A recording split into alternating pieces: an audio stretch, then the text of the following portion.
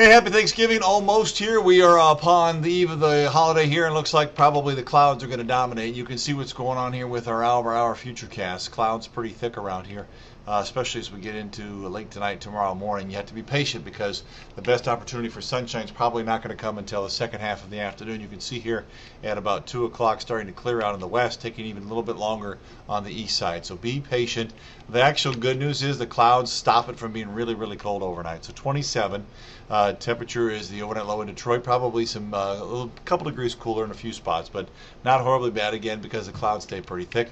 There's a light wind tonight. There's a southwest wind tomorrow. You probably don't notice it too much till about noontime and into the afternoon, but even then it's only around 5 to 10. If you're going to the Vikings-Lions game, sorry, I should say Lions-Vikings game, right? You're going to be a little chilly tailgating, temperatures in the 30s. At kickoff, still 39. I think the best chance for sunshine again is after a Lions win.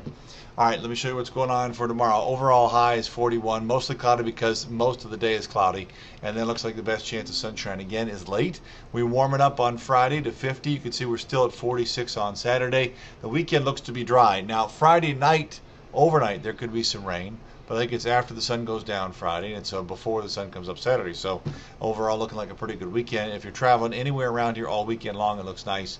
There's dry roads for Thanksgiving, Friday, Saturday, and as you can see here as well, Sunday. So enjoy it. Hope you and your family have the very best Thanksgiving. Treasure those around you. Take care.